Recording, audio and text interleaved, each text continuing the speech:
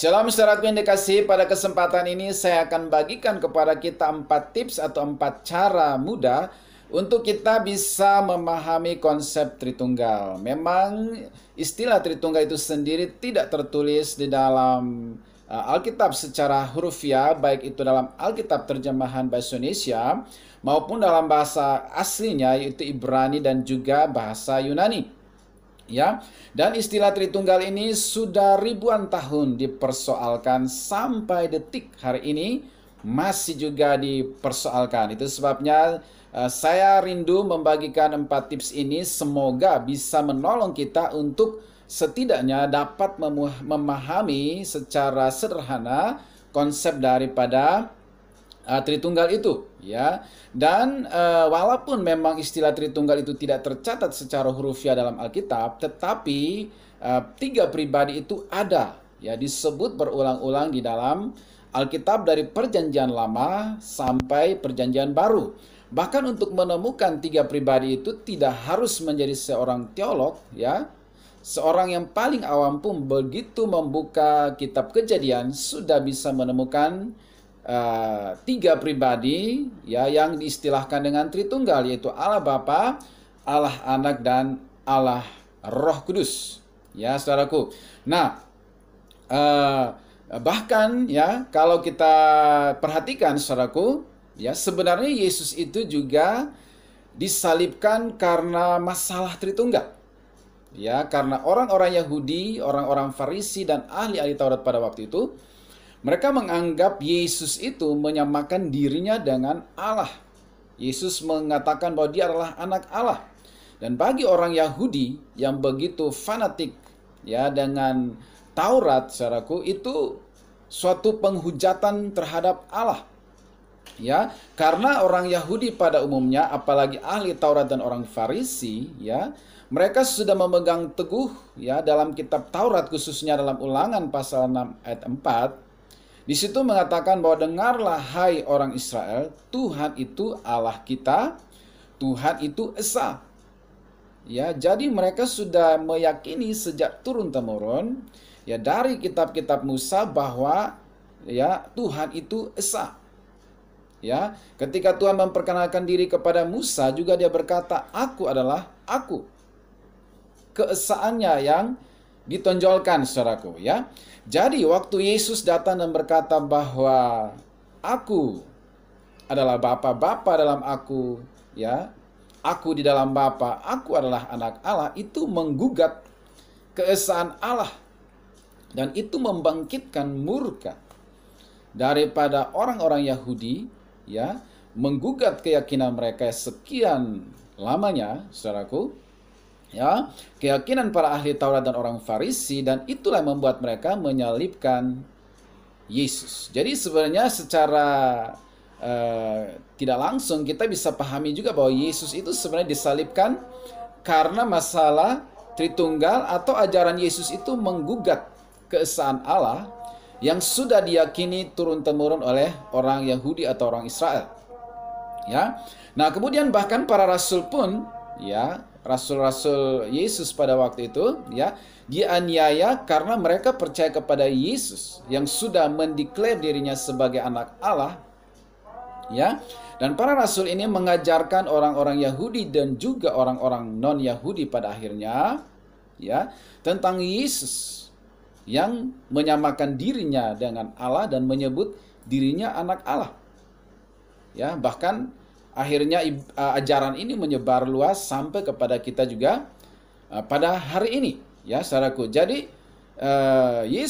ajaran Yesus itu menggugat keesaan Allah, ya, sehingga itu menyebabkan dia disalibkan. Nah, jadi maksud saya saudaraku bahwa Tritunggal ini memang sudah masalah klasik sejak zaman dahulu sampai sekarang, ya. Jadi sebenarnya kita tidak perlu heran, saudaraku, ya. Dan tidak semua orang Kristen, bahkan hamba Tuhan, bisa memahami Tritunggal itu dengan baik, ya, baik itu secara logika atau secara iman. Tidak semua orang Kristen atau hamba Tuhan bisa memahami apalagi menjelaskan. Ya, pada umumnya orang Kristen itu diajarkan untuk, ya, percaya begitu saja, terima dengan iman. Namun untuk menjelaskan tidak semua bisa. Ya. Bahkan sekalipun ada teolog yang bisa menjelaskan, ya, untuk kiranya dapat memuaskan logika, maka tidak ada penjelasan yang bisa memuaskan logika secara 100%. Tetap saja tidak bisa dipahami 100%. Ya, ketritunggalan Allah. Ya. Dan tidak ada juga satu ilustrasi pun yang bisa menjelaskan ketritunggalan Allah itu dengan sempurna. Ya. Nah, namun kali ini saya akan mencoba memberikan beberapa tips, ya, yang semoga bisa menolong saudara untuk memahami Tritunggal, walaupun saya sendiri tidak berjanji bahwa saudara akan bisa memahaminya secara 100%, ya, saudaraku. Nah, tips yang pertama atau cara yang pertama untuk bisa memahami ketritunggalan Allah, ya, yaitu adalah ketika kita mengalami perjumpaan pribadi dengan Yesus, atau ketika seseorang mengalami pencerahan oleh kuasa Roh Kudus. Ya, karena memang Tritunggal itu tidak bisa begitu saja dipahami secara akal manusia. Jadi kita butuh perjumpaan, encounter dengan Yesus, atau mengalami pencerahan oleh Roh Kudus, ya, maka akan terjadi penyingkapan kepada kita sehingga kita akan menerima Tritunggal itu, bisa mengertinya begitu saja dan tidak akan mempersoalkannya lagi. Ya, saudaraku. Saya kasih contoh misalnya Rasul Paulus, ya. Rasul Paulus itu adalah, ya, seorang termasuk dalam golongan orang Farisi, ya, seperti yang dia nyatakan di dalam Kisah Para Rasul pasal 23 ayat 6 dan juga Filipi pasal 3 ayat 5. Di situ Paulus mengatakan bahwa aku adalah orang Farisi, ya, ahli Taurat, ya. Dan artinya dia juga setuju dengan para orang Farisi lainnya dan ahli Taurat yang pada waktu itu menyalibkan Yesus gara-gara Yesus menyamakan dirinya dengan Allah atau menyebut dirinya dengan anak Allah. Ya, saudaraku, ya. Nah, namun apa yang terjadi dengan Paulus kita tentunya sudah tahu bersama, ya. Walaupun Paulus itulah seorang yang fanatik, ya, terhadap ajaran Yahudi dan dia adalah penganiaya umat Tuhan pada gereja mula-mula. Namun dalam suatu perjalanannya ke Damsik atau Damaskus hari ini untuk mengeksekusi umat Tuhan, di situ dia mengalami perjumpaan dengan Yesus. Dia dilawat oleh Tuhan Yesus, dikunjungi secara ilahi oleh Tuhan Yesus, ya, saudaraku, dan dia dikatakan mendengar suara dan Yesus berkata bahwa akulah yang engkau aniaya. Ya, saudaraku. Nah, kemudian apa yang terjadi dengan Rasul Paulus? Ya, orang Farisi ahli Taurat yang mempersoalkan Tritunggal tanda kutip karena Yesus mendeklar dirinya anak Allah dan menyamakan diri dengan Allah dan itu dianggap penghujatan. Saudaraku, dia kemudian menyerahkan hidupnya untuk melayani Yesus yang dulu menyebut dirinya anak Allah, atau menyerahkan dirinya dengan Allah dan karena itu dia disalibkan. Ya, kemudian Paulus menyerahkan hidupnya untuk melayani Yesus itu, bahkan rela keluar masuk penjara demi memberitakan satu pribadi Yesus itu. Dan tidak lagi mempersoalkan tentang Tritunggal yang dulu menjadi persoalan, sekarang tidak menjadi persoalan lagi. Kenapa? Karena dia mengalami encounter, dia mengalami yang namanya perjumpaan dengan Yesus Kristus yang menyingkapkan kepada dia tentang pribadi Allah itu, saudaraku, sehingga dia tidak lagi mempersoalkan Tritunggal itu tapi menyerahkan hidupnya untuk melayani Yesus. Ya, saudaraku. Jadi tips yang pertama, jadi sampai hari ini kalau ada orang yang sulit mengerti Tritunggal, ya, atau mempersoalkan Tritunggal, itu semata-mata karena belum mengalami perjumpaan dengan Yesus, belum mengalami encounter dengan Yesus, belum mengalami pencerahan oleh Roh Kudus.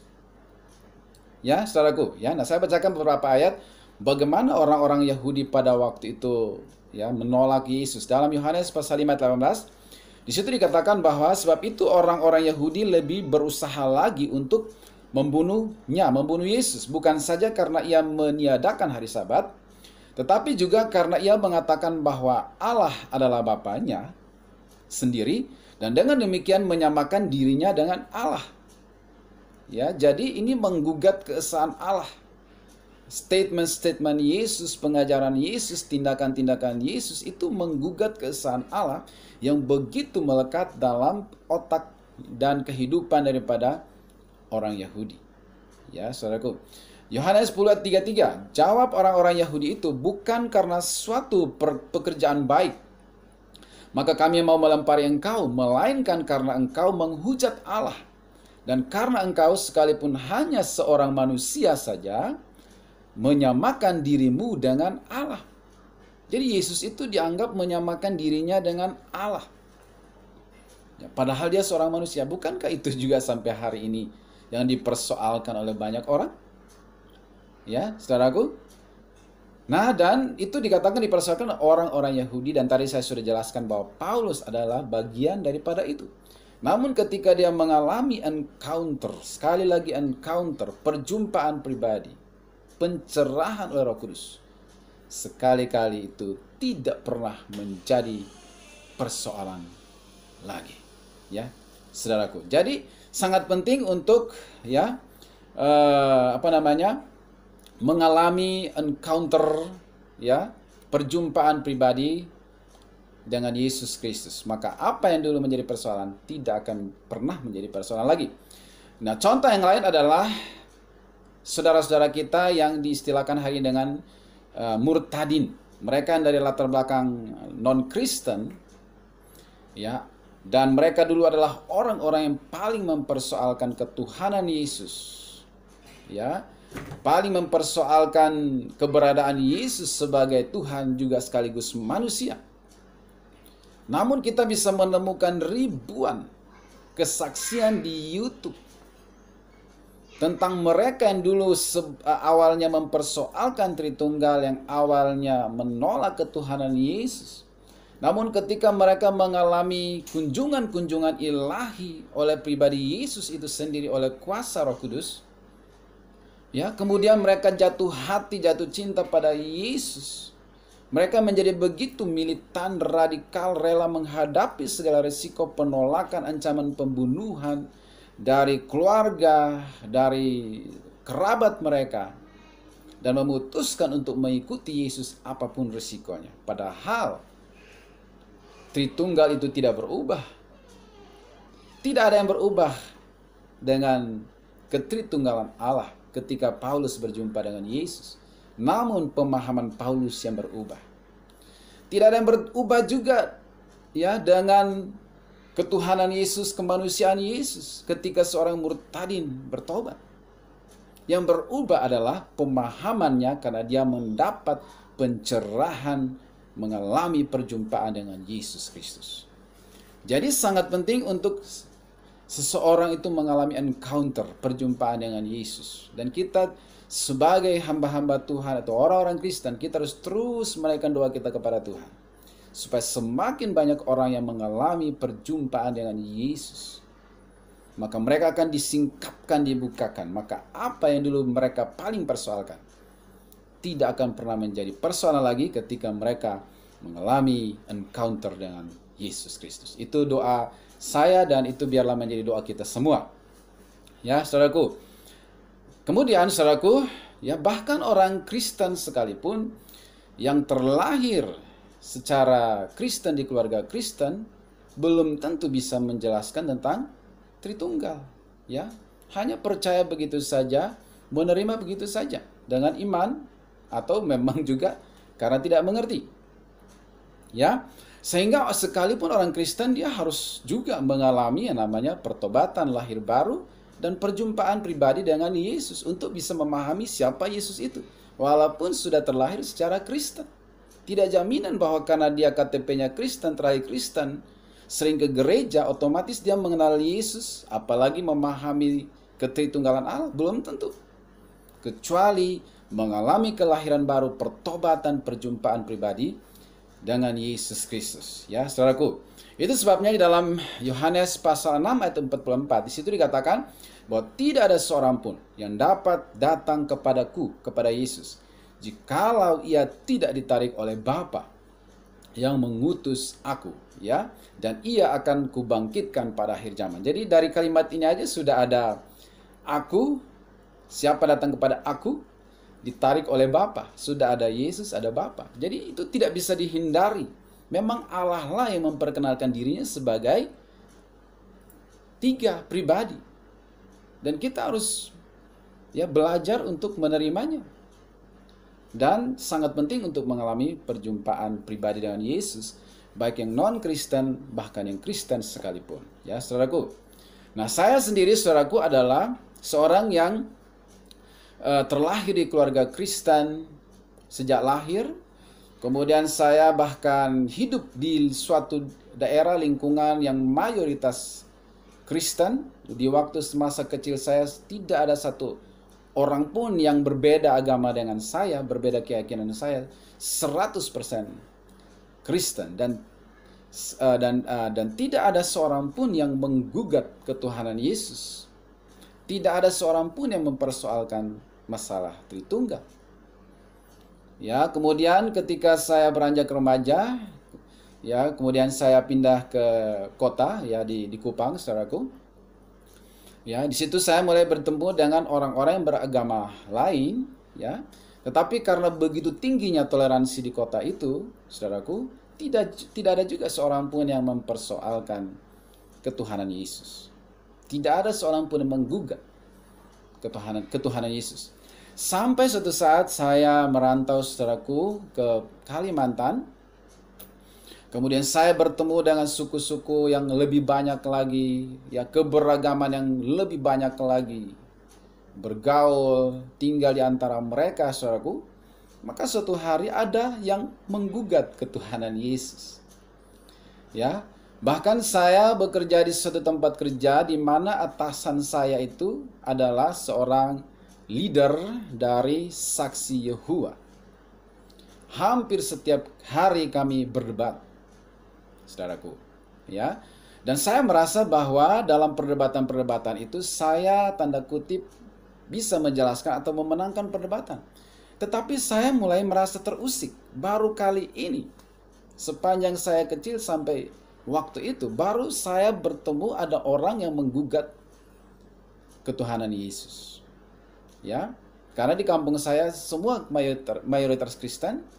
Orang terkejut juga bilang Yesus, terpeleset bilang Yesus. Orang lagi mabuk pun bisa menyanyi lagu rohani, saudaraku. Jadi tidak pernah ada orang yang menggugat ketuhanan Yesus, ya. Tetapi saya sampai kepada kondisi di mana sekeliling saya mulai menggugat ketuhanan Yesus. Bahkan atasan saya, tadi saya katakan, hampir setiap hari kami berdebat soal ketuhanan Yesus, karena Saksi Yehova itu tidak mengakui ketuhanan Yesus. Nah, disitulah saya mulai merasa terusik, membuat saya berpikir, saudaraku, dan bertanya juga akhirnya, yang sebelumnya belum pernah terjadi. Ya, saudaraku, dan akhirnya, ya, di situ karena begitu kuatnya juga pertanyaan dalam hati saya, ya, dan saya mulai sadar bahwa ternyata saya hanya tahu tentang Yesus selama ini. Saya belum mengalami yang namanya encounter, perjumpaan dengan Yesus. Saya hanya tahu dia secara akal. Ya, dan akhirnya saya mengalami kelahiran baru, bertobat. Kemudian, saudaraku, saya mengalami suatu peristiwa pengalaman pribadi di mana saya tenggelam di sungai terpanjang di Indonesia, Sungai Kapuas. Ya, sementara saya tidak bisa berenang, saudaraku. Ya, waktu itu saya tinggal di tempat kerja yang harus menyeberang sungai setiap hari kalau ingin bepergian. Dan suatu hari kami berlima dalam sebuah perahu kecil dan kami tenggelam. Ya, 4 diantaranya itu adalah mereka adalah orang-orang yang tinggal di sekitar sungai dan sangat ahli dalam berenang, kecuali saya, saudaraku, ya. Nah, saudaraku, tapi Tuhan menyelamatkan saya secara ajaib dari kami 5 yang tenggelam itu. Singkat cerita, ya, yang pandai berenang salah satu itu justru tenggelam dan akhirnya sangat tragis, dia meninggal, ditemukan 2 hari kemudian. Saya yang tidak bisa berenang justru diselamatkan hanya karena saya berseru kepada nama Yesus. Nah, peristiwa pengalaman pribadi ini begitu kuat mengubahkan segala sesuatu, ya, sehingga pikiran saya yang kemarin itu sempat terganggu karena ada orang yang mengusik ketuhanan Yesus, terkubur semuanya. Karena pengalaman pribadi bagaimana saya yang harusnya mati diselamatkan oleh Tuhan Yesus secara ajaib, justru yang bisa berenang itu yang mati, saudaraku. Ya, jadi punya pengalaman pribadi dan mengalami encounter dengan Yesus, itulah kunci untuk kita bisa memahami ketritunggalan Allah dan tidak akan pernah mempersoalkan lagi. Karena kita sudah mengalami nyata, real, pengalaman pribadi diwahyukan kepada kita. Seperti juga yang terjadi pada Rasul Paulus. Ya, saudaraku. Ya, nah kita lanjut, saudaraku, yang kedua. Ya, jadi saya berdoa supaya, dan kita juga berdoa supaya banyak orang Kristen yang mengalami encounter, orang-orang lain yang sedang mencari jalan kebenaran juga mereka boleh mengalami perjumpaan pribadi dengan Yesus Kristus. Nah, yang kedua, saudaraku, ya, dengan menggunakan ilustrasi matahari. Ya. Nah, saudaraku, ilustrasi matahari ini kelihatannya simpel dan sederhana, tapi menurut saya ini adalah ilustrasi yang paling bisa dijelaskan dan masuk akal, ya. Dan saya sudah menggunakannya cukup sering, ya, untuk menjelaskan ketika saya menghadapi pertanyaan-pertanyaan atau ada orang yang menanyakan kepada saya Tritunggal, ya, maka saya sangat sering menggunakan ilustrasi ini dan cukup efektif. Mungkin bagi beberapa orang ini suatu hal yang atau ilustrasi yang sudah kuno atau yang tidak terlalu sederhana atau seperti apa, tapi bagi saya pengalaman pribadi ini sangat efektif dalam memberi penjelasan tentang Tritunggal kepada orang-orang yang bertanya, ya, saudaraku. Ya. Jadi kita pun tidak boleh alergi dengan ilustrasi, ya, karena Yesus sendiri juga memakai ilustrasi untuk menjelaskan pengajaran-pengajarannya. Ya, Yesus dalam berbagai pengajarannya memakai ilustrasi atau perumpamaan untuk membuat sesuatu yang sulit dimengerti menjadi mudah dimengerti. Itulah ilustrasi atau perumpamaan. Ya. Nah, ilustrasi Yesus itu sering memakai apa yang di sekitar.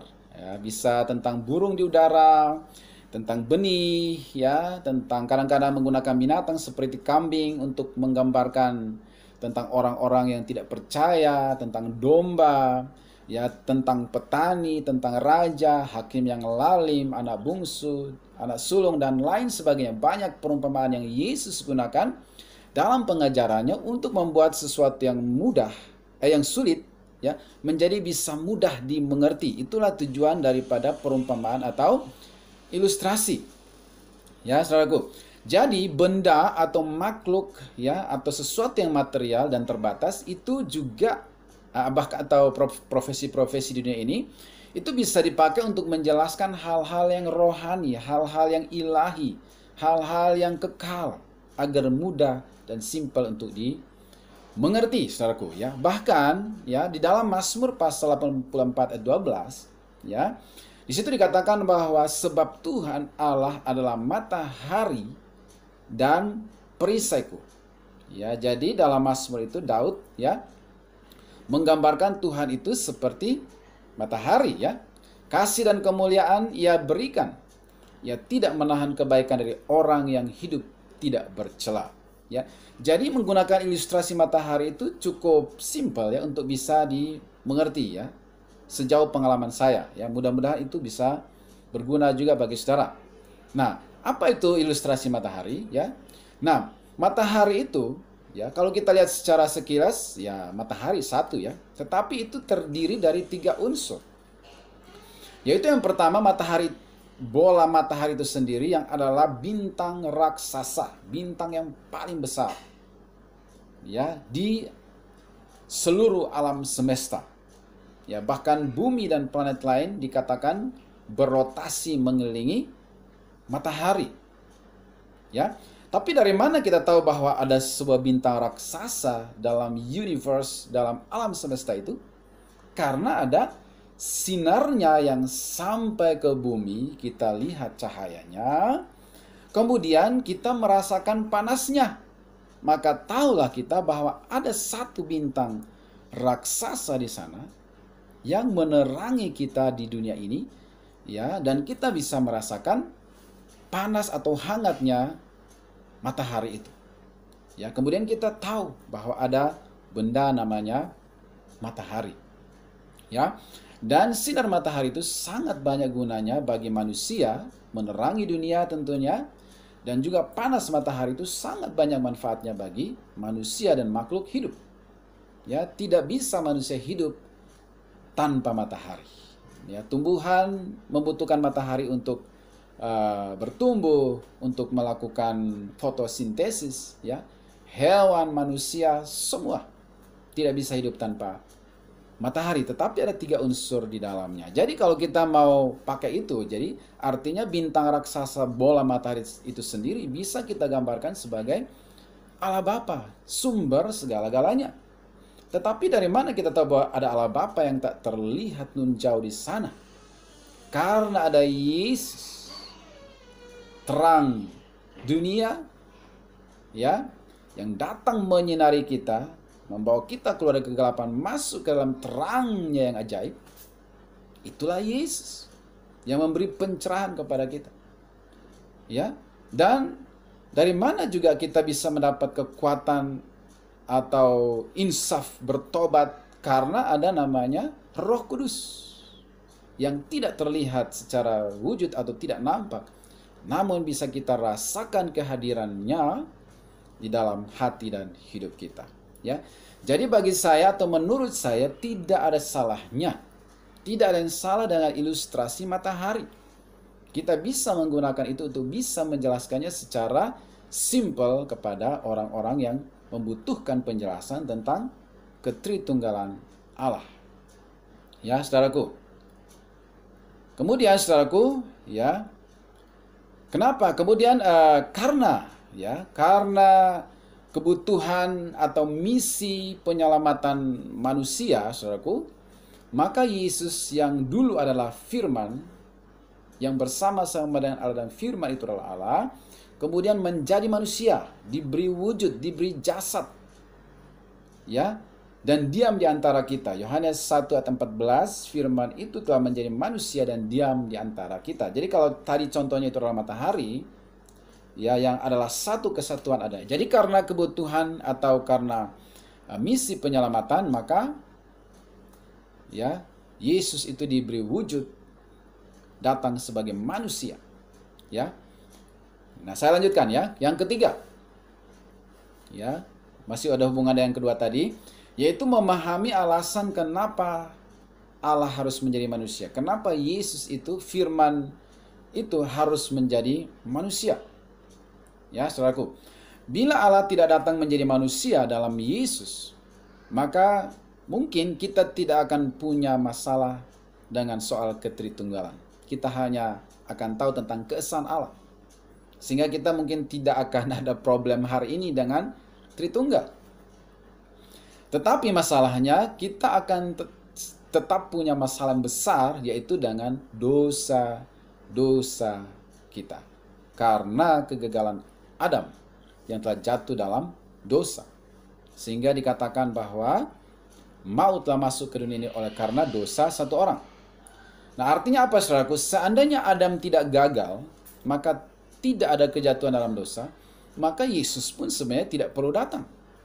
Namun karena Adam sudah gagal, saudaraku, maka Yesus itu datang, sehingga Yesus itu disebut the second Adam, Adam yang kedua. Ya. Nah, untuk topik ini saya akan bahas terpisah karena butuh penjelasan dan referensi ayat, ya, tentang Yesus dan Adam, Adam dan Yesus. Ya. Namun intinya bahwa karena kegagalan Adam sehingga Yesus harus datang menjadi manusia. Karena Adam yang serupa segambar dengan Allah itu sudah merusak rupa dan gambar Allah itu karena dosa. Sehingga Yesus datang untuk memperbaiki gambar dan rupa Allah itu. Seandainya Adam tidak gagal, Yesus sesungguhnya tidak perlu datang. Ya. Nah, Kenapa harus menjadi manusia Yesus? Karena yang mau ditebus ini adalah manusia. Maka Allah datang dalam wujud manusia. Karena yang mau ditebus adalah manusia. Karena manusia tidak bisa menebus sesamanya manusia. Karena semua manusia telah berbuat dosa. Roma 3 ayat 23. Maka harus ada satu manusia yang sempurna tanpa dosa untuk menebus dosa kita.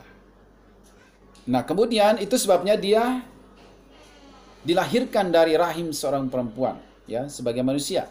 Tetapi benihnya bukan dari manusia, melainkan dari Roh Kudus. Maka lahirlah manusia yang sempurna, ya, yang menghidupi kemanusiaan dan keilahian sekaligus dalam satu jasad, yaitu Yesus Kristus. Apa yang hilang pada Adam karena kejatuhannya dalam dosa, Yesus datang untuk memulihkan kembali. Ya, mungkin ini adalah suatu misteri yang belum diketahui oleh banyak orang. Kalau kita tahu hal ini, sesungguhnya kita tidak akan pernah mempersoalkan Tritunggal. Ya, saudaraku. Nah, kenapa juga Allah harus menjadi manusia? Ya, saudaraku. Karena tuntutan Allah itu adalah sempurna. Satu dosa saja itu harus dihukum. Ya. Apalagi dosa manusia yang begitu banyak. Ya, manusia waktu lahir sudah mewarisi dosa. Belum lagi dosa perbuatannya sendiri. Maka tidak mungkin manusia itu bisa menyelamatkan dirinya sendiri. Tuntutan Allah adalah sempurna. Satu dosa sudah cukup untuk, ya, mendatangkan hukuman atas dirinya. Di dalam Ibrani pasal 1 ayat 5, ya, di situ dikatakan bahwa, ya, kenapa Allah memperkenalkan dirinya sebagai anak? Karena kepada siapakah, Ibrani 1 ayat 5, karena kepada siapakah di antara malaikat-malaikat itu pernah ia katakan, anakku engkau, telah kuperanakan pada hari ini, dan aku akan menjadi bapanya dan ia menjadi anakku. Dan ketika ia membawa pula anaknya yang sulung ke dunia ini, ia berkata, semua malaikat Allah harus menyembah dia, dan seterusnya. Jadi di sini, ya, Allah memperkenalkan Yesus itu sebagai anak, ya, bahkan dikatakan anak sulung. Ya. Nah, sulung dalam hal apa? Roma 8 ayat 29. Sebab semua orang yang dipilihnya dari semula, mereka juga ditentukannya dari semula untuk menjadi serupa dengan gambaran anaknya, ya, supaya ia, anaknya itu, menjadi yang sulung di antara banyak saudara. Jadi Yesus datang sebagai anak, ya, selain tadi untuk maksud penyelamatan itu, ya, juga yang kedua adalah untuk membawa manusia kembali kepada keserupaan dengan Allah karena Adam yang sudah gagal itu.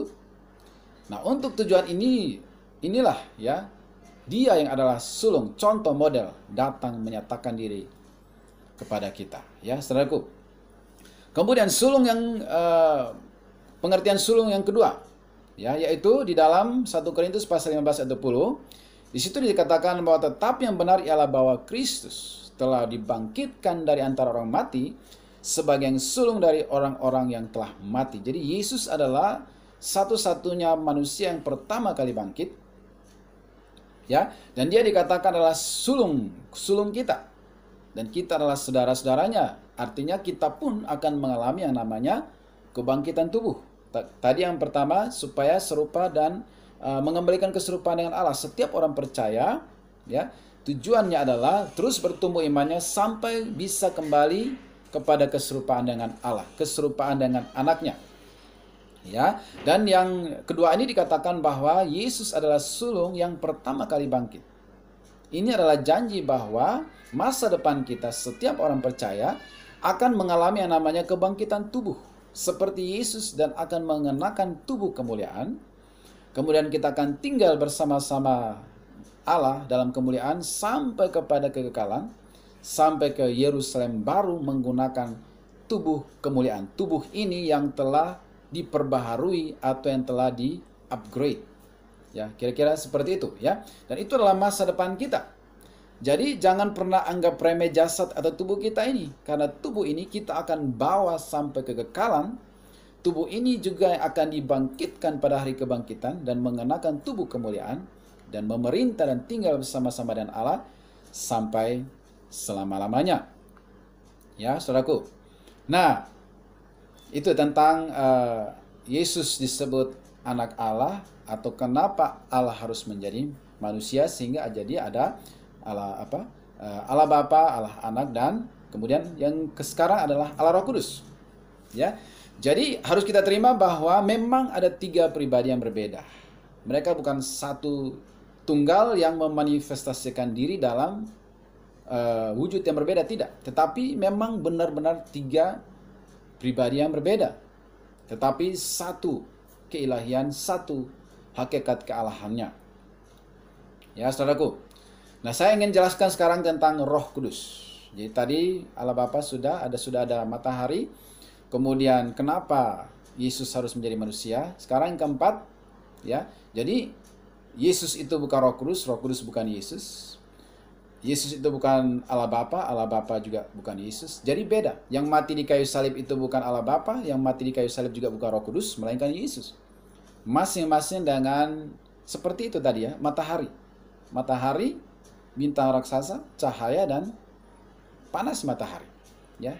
3 unsur tapi tidak bisa dipisahkan satu sama lainnya, berbeda-beda fungsinya. Ya.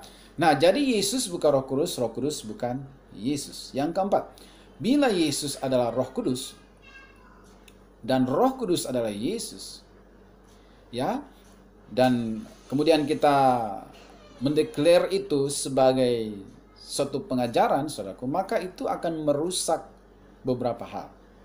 Ya. Yaitu yang pertama yang akan dirusak adalah soal kesulungan tadi. Bahwa Yesus menjadi yang sulung dalam hal keserupaan dengan Bapa. Yesus adalah sulung yang pertama bangkit. Dan itu menjadi masa depan daripada setiap orang percaya di akhir zaman. Ya. Karena apa? Kalau Yesus adalah Roh Kudus, berarti Yesus itu pada hari kenaikan Yesus dia naik ke surga dengan tubuh kemuliaan. Lalu sampai di sana mengubah wujudnya dan kemudian tercurah pada hari Pentakosta dan kemudian tinggal dalam hati setiap orang percaya. Seperti yang sudah saya tanggapi beberapa waktu lalu dalam video-video saya sebelumnya, saudaraku. Ya, maka itu akan merusak hal kesulungan yang tadi saya jelaskan. Ya. Tubuh kemuliaan yang dibawa sampai kekekalan. Ya, dan firman Tuhan juga mengatakan bahwa Yesus harus tinggal di sorga sampai pemulihan segala sesuatu. Kalau dia datang kembali tercurah pada hari Pentakosta, bagaimana dengan tubuh kemuliaan? Padahal itu adalah standar, ya, yang akan menjadi masa depan dari setiap orang percaya karena Yesus adalah yang sulung. Ya, itu merusak hal itu. Ya. Bahwa itu adalah masa depan dari orang percaya yang akan bangkit seperti Yesus dan mengenakan tubuh kemuliaan. Ya, saudaraku, kemudian itu juga merusak ya agenda atau rencana kedatangan Yesus yang kedua kali. Bukankah Yesus waktu naik ke surga dia berkata bahwa aku akan kembali dengan cara yang sama? Atau malaikat berkata bahwa dia akan datang kembali dengan cara yang sama. Dalam kemuliaan dengan pasukan bala tentara untuk menghakimi dunia ini. Jadi kalau dia datang kembali dalam rupa Roh Kudus, berarti Yesus sudah datang kedua kali. Pada hari Pentakosta. Ya, dan itu merusak semua pengajaran Kristen. Ya, saudaraku. Nah, jadi apa artinya itu, saudaraku? Bahwa pada akhirnya memang kita harus terima kenyataan bahwa memang ada 3 pribadi yang berbeda. Allah Bapa, Allah Anak, dan Allah Roh Kudus. Itu di mana-mana kita temukan dalam Alkitab, bahkan tidak harus sekolah teologi atau menjadi teolog pun. Kita akan selalu menemukan hal itu. Ya, dan selalu akan menjadi persoalan selama kita belum mengalami perjumpaan pribadi dengan Yesus, encounter dengan Yesus. Sampai seseorang mengalami perjumpaan pribadi dengan Yesus, pencerahan daripada Roh Kudus, encounter dengan Yesus, maka segala pertanyaan akan luntur dengan sendirinya. Dan itulah doa saya bagi saudara sekalian yang menonton pada saat ini. Ya, kiranya Roh Kudus menuntun saudara memberi penyingkapan, pewahyuan, inspirasi, pencerahan. Saudara boleh mengalami encounter pengalaman pribadi dengan Yesus yang membuat saudara mengenal Dia secara pribadi, sehingga tidak akan pernah menjadi persoalan lagi tentang ketritunggalannya.